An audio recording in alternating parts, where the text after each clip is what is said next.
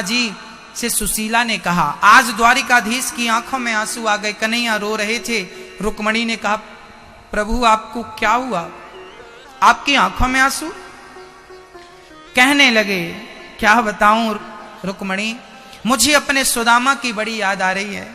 4 दिन से आज घर में चूल्हा नहीं जला, फिर भी उसने हमसे कोई शिकायत नहीं की कि आपने हमें नहीं दिया, हमें ये नहीं दिया। क्या बताएं। रुक्मणी जी हंसने लगी। रुक्मणी आप हंस क्यों रही हैं? बोले, प्रभु आप भगवान हैं, आप किसी को कुछ देना चाहें तो दे सकते हैं, आप देना चाहें तो रोकेगा कौन?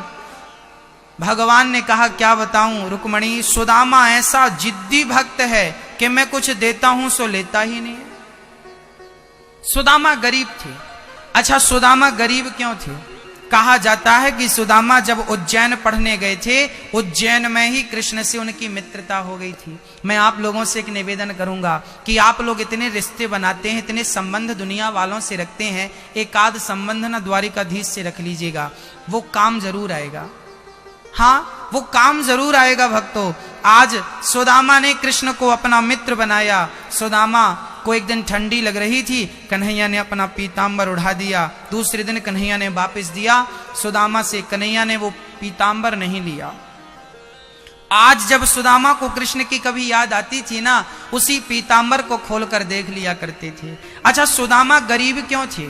कहते हैं सुदामा जितने गरीब है ना, ये गरीबी कृष्ण की किस्मत में थी, परंतु कृष्ण के किस्मत की गरीबी सुदामा ने अपने ऊपर ले ली कि मेरा मित्र गरीब ना रहे, मैं उस गरीबी को लेता हूं।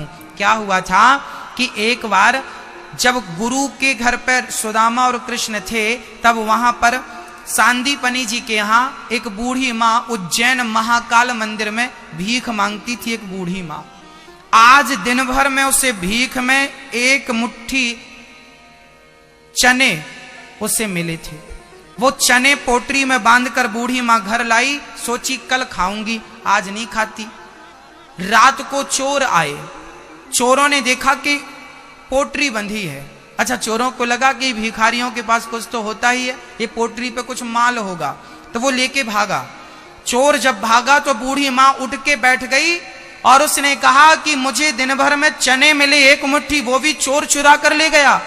चोर को श्राप दे दिया कि यदि मैंने महाकाल की पूजा की हो और भक्ति की हो तो जो मेरे चने को खाएगा वो सदा सदा के लिए गरीब हो जाएगा। चोर के हाथ से वो पोटरी गिर गई। कहां गिर गई? बोले, सांदीपनी जी के आश्रम में द्वार के सामने गिर गई। सुबह जल्दी शांदीपनी की पत्नी गुरु माता उठकर जा रही थी तो उन्होंने पोटरी पर चने देखे। उनको लगा कि ये किसी विद्यार्थी के चने गिर गए होंगे, क्योंकि वहां बहुत सारे विद्यार्थी रहा करते थे पढ़ने के लिए। उन विद्यार्थियों में कृष्ण और सुदामा भी थे। संयोग देखना कि वही पोटरी मां ने संभाल के रखी, और जब आज कृष्ण और सुदामा लकड़ी लेने जंगल जाने लगे तो वही पोटरी कृष्ण को थमा दिया गुरु मां ने कि बेटा जब तुम्हें भूख लगे तो ये चने तुम खा लेना। अब वो चने चूंकि श्रापित चने थे, ये बात सुदामा भली भांति जानते थे, क्योंकि सुदामा कोई साधारण प्राणी नहीं थे। हाँ, विरक्त इंद्रियार्थेषु प्रशांत आत्मा जितेंद्रिया, सब कुछ जानने वाले सुदामा थे। आज वो चने सुदामा ने देखे कि कृष्ण खाएगा, कहीं ये जीवन भर के लिए गरीब ना हो जाए, इसलिए कृष्ण के चने सुदामा खाने लगे। सुदामा चने खाने लगे। कुछ लोग कहते हैं कृष्ण के चने चुराकर खा लिया सुदामा ने, इसलिए गरीब हो गए। अरे भाई, सुदामा ने चने खाए जरूर थे, पर खाने के पीछे उद्देश्य चोरी नहीं थी। उद्देश्य तो ये था कि मैं गरीब बनूं तो बनूं, मेरा मित्र गरीब ना हो। यह मित्रता सुदामा की थी। आज सुदामा उस श्रापित चनों को खाने के कारण गरीब हो गए, पर कभी शिकायत नहीं की। ऐसी विषम परिस्थिति में भी सुदामा ने कभी भगवान को भुलाया नहीं।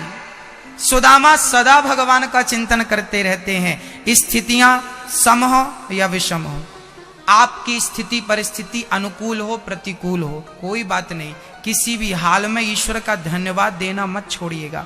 कई लोग ना शिकायत करते रहते हैं, भगवान ने ये नहीं दिया, भगवान ने वो नहीं दिया, भगवान ने ये नहीं दिया। अच्छा एक बात बताओ मेरी माँ, यहाँ जितने लोग बैठे हैं, ये बताओ कि जो लोग जन्म से ही विकलांग होते हैं, पोलियो की बीमारी होती है, कुछ लोगों को देखा होगा चल नहीं पाते, कुछ लोगों को देखा होगा देख नहीं पाते, कुछ लोगों के हाथ काम नहीं करते। अब बताइए, आप कहते हैं कि हमारे पास ये नहीं है वो नहीं है, आप उन लोगों से अच्छे हो कि नहीं?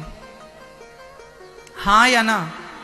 जीवन में शिकायत हम बहुत करते हैं, ये नहीं है वो नहीं है। अरे विधाता ने जितना दिया है हम उसका धन्यवाद नहीं देते कि परमात्मा औरों के पास इतना नहीं है जितना हमारे पास है।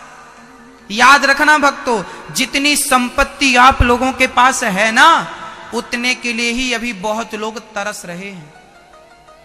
हाँ या ना? तो जितना मालिक ने दिया है उसमें संतोष रखिए और ईश्वर का धन्यवाद दीजिए कि विधाता तूने चलने को कम से कम पांव तो दिए हैं, उनसे तो अच्छे हैं जिनके पांव नहीं हैं। कम से कम काम करने को हाथ तो हैं, उनसे तो आप भले हैं जिनके पास हाथ नहीं है। आपको देखने के लिए आंख है, आप उनसे तो अच्छे हैं जो सूरदास हैं। मेरी माँ, ईश्वर का धन्यवाद देना चाहो तो बहुत प्रकार से दिया जा सकता है। और शिकायत तो, इच्छाएं तो बड़े बड़े महाराजाओं की पूरी नहीं भई, आपकी क्या इच्छाएं पूरी हो जाएंगी?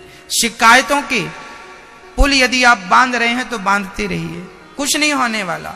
सुदामा संतोष भरा जीवन जिया करते थे, विधाता ने जो दे दिया उसमें संतोष रखते थे। आज सुदामा जी की पत्नी सुशीला घर पे अकेली थी, द्वारिकाधीश ब्राह्मण का रूप बनाकर आए और द्वारिकाधीश ने कहा कि भाई भीख दे दो, भिक्षाम देही। सुशीला निकली, कहा प्रभु मेरे घर कुछ भोजन नहीं है, मैं आपको कैसे दूं? तब कहा भगवान ने कि देवी आप अपने पति को द्वारिका क्यों नहीं भेज रही हो? यदि द्वारिका भेजोगी ना तो आपके पति के परम सखा द्वारिकाधीश हैं। आज सुशीला को पहली बार पता चला कि मेरे पति के मित्र द्वारिकाधीश हैं। सुदामा ने डिंडोरा नहीं पीटा था कि मैं कृष्ण का मित्र हूं, बस वो तो प्रेम करते थे कृष्ण से। आज सुशीला ने पूछा क्यों जी, आप बताइए कि आप द्वारिकाधीश के परम सखा मित्र हो? सुदामा बोले हाँ। अरे तो जा क्यों नहीं रहे हो, कुछ मांगते क्यों नहीं? सुदामा बोले हमें कुछ नहीं लेना, हमारे पास सब तो है।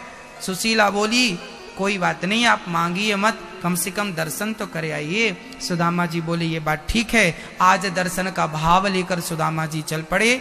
जब चलते चलते, अब चलें कैसे? 4 मुट्ठी चावल लाकर सुशीला ने दिया, पोटरी बाजुओं में दावी और सुदामा जी चल पड़े। चलते चलते चलते चलते एक पेड़ की छांव में बड़े थक गए थे ना, तो बैठ गए, नींद आ गई। और जब आंख खुली तो सुदामा ने अपने आप को द्वारिका में देखा।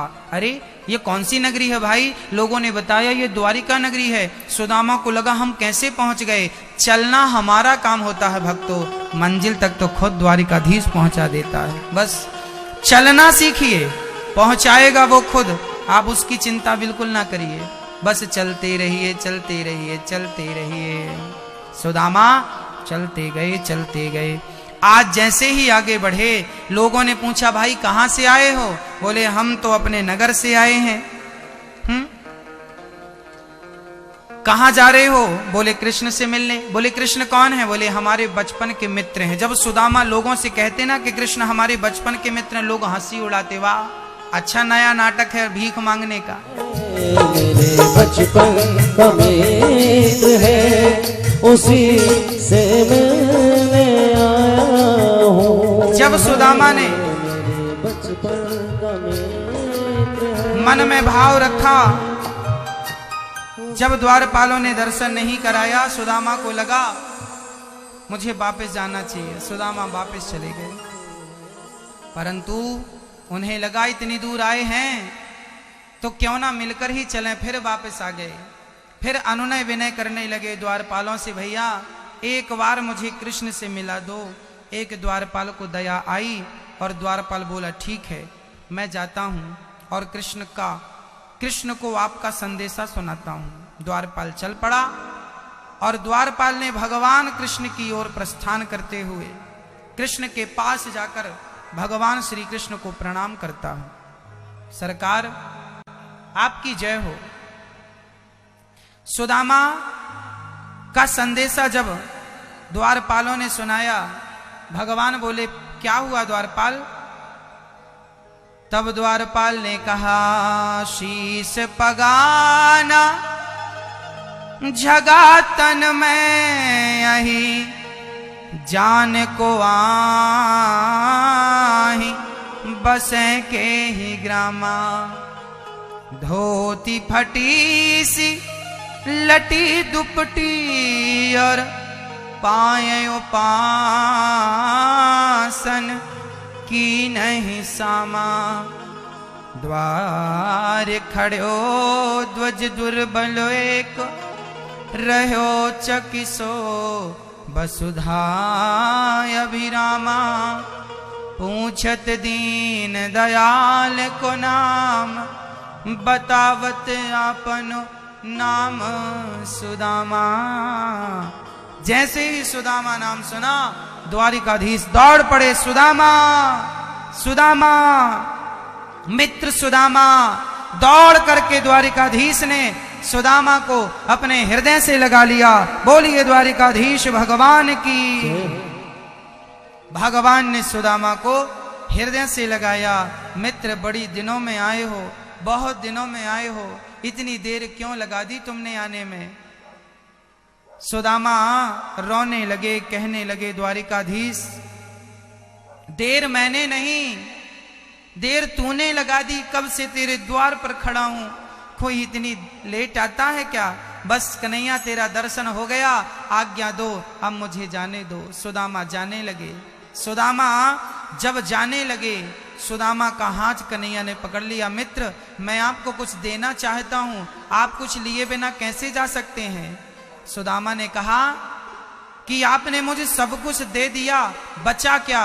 सुदामा से जब पूछा गया कि मैंने तुझे क्या दिया, तब कह दिया सुदामा ने, द्वारिकाधीश पूरी दुनिया के सामने आपने अपने हृदय से मुझे लगाकर, गले से लगाकर जो मेरा मान सम्मान बढ़ाया है, वही मेरी सबसे बड़ी दौलत है, वही मेरी सबसे बड़ी दौलत है। हाँ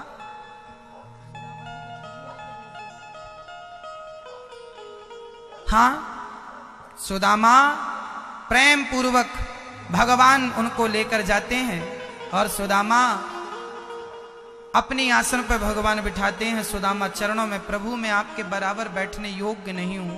तब भगवान जबरदस्ती सुदामा को अपनी आसन पर बिठाते हैं, पर सुदामा कहाँ मानने वाले। अब सुदामा जी आसन को ग्रहण करते हैं और भगवान ने रुक्मणी से कहा, रुक्मणी जल्दी से जाओ,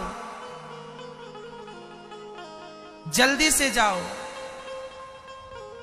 और जल लेकर आओ, मैं अपने मित्र के चरण पखारना चाहता हूं। क्या हुआ? यार की हालत देखी, उसकी हालत पे रोया। यार के आगे अपनी शान शौकत पे रोया। ऐसे तड़पा तड़प क्षमा परवाना के लिए, ऐसे तड़पा तड़प क्षमा परवाना के लिए। कन्हैया उतना रोया रोया है सुदामा के लिए, जितना राधा रानी रोई कान्हा के लिए।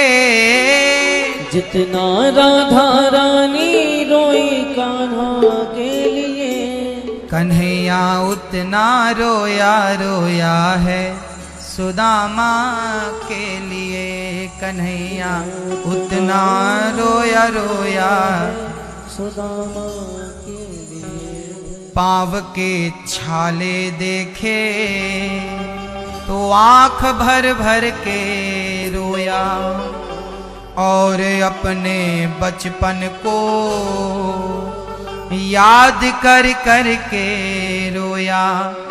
आंसू थे भर पाई बस हर जाना के लिए। आंसू थे भर पाई बस हर जाना के लिए। कन्हैया उतना रोया रोया है सुदामा के लिए। आज जगत के पालनहार अपने आसन पर सुदामा को, उस सुदामा को जिसके पास खाने को रोटियां नहीं थी, उसको इतना आदर, इतना सम्मान। भक्तों, प्रेम का सही मूल्य कौन चुका सकता है? दृश्य देख लीजिए, यही प्रेम का मूल्य है। दुनिया वालों से प्रेम करोगे ना, वो प्रेम का कोई मूल्य नहीं देंगे। आप किसी के साथ लाख अच्छाई करो और एक गलती आपसे हो जाए तो दुनिया के लोग लाख अच्छाई भुलाकर एक गलती को याद रखते हैं। पर मेरा कन्हैया, तुम लाख बुराई करना, एक अच्छाई तुमसे हो जाए तो मेरा कन्हैया लाखों बुराइयों को भुलाकर एक अच्छाई को याद रखता है कि मेरे भक्त ने एक अच्छाई की है। सुदामा रो रहे हैं। देख सुदामा की दीन दशा, करुणा करके करुणा निधि रोए। पानी परात को हाथ छुओ नहीं, नैनन के जल से पग धोए। सुदामा श्याम सुंदर को देख रहे हैं, बार बार गले लग रहे हैं, बार बार बचपन को याद कर रहे हैं। तभी कन्हैया ने कहा, मित्र मेरी भाभी ने क्या भेजा है? पोटरी छिपाने लगे। लाला कछु ना भेजो। छीन ली भगवान ने पोटरी, और भगवान ने छीन कर वो चावल से भरी पोटरी जब खोल कर देखी तो 4 मुट्ठी चावल 4 घर से मांगकर सुशीला ने कृष्ण के लिए चने चावल रखे हैं। जब भगवान ने पोटरी खोली, पहली मुट्ठी चावल देखा, गदगद हो गए। वाह मेरे मित्र, मेरे लिए इतना बढ़िया कुछ लेकर आए हो। पहली मुट्ठी चावल भगवान ने भर ली और चावल भरकर प्रेम से भगवान ने पहली मुट्ठी चावल ग्रहण कर लिया। वाह मित्र, कितने स्वादिष्ट हैं। दूसरी मुट्ठी चावल भरी और दूसरी मुट्ठी चावल भगवान ने ग्रहण किया। अब तीसरी मुट्ठी जब भर के खाने लगे, रुक्मणी जी ने हाथ पकड़ लिया, सरकार सब कुछ खा लेंगे, हमारे लिए प्रसाद तो छोड़ो। भगवान ने पूरा समर्पित कर दिया, ये लो तुम बांट के खा लेना। ऐसी मित्रता, ऐसा प्रेम। बहुत दिन तक सुदामा रुके, बड़ा प्रेम हुआ।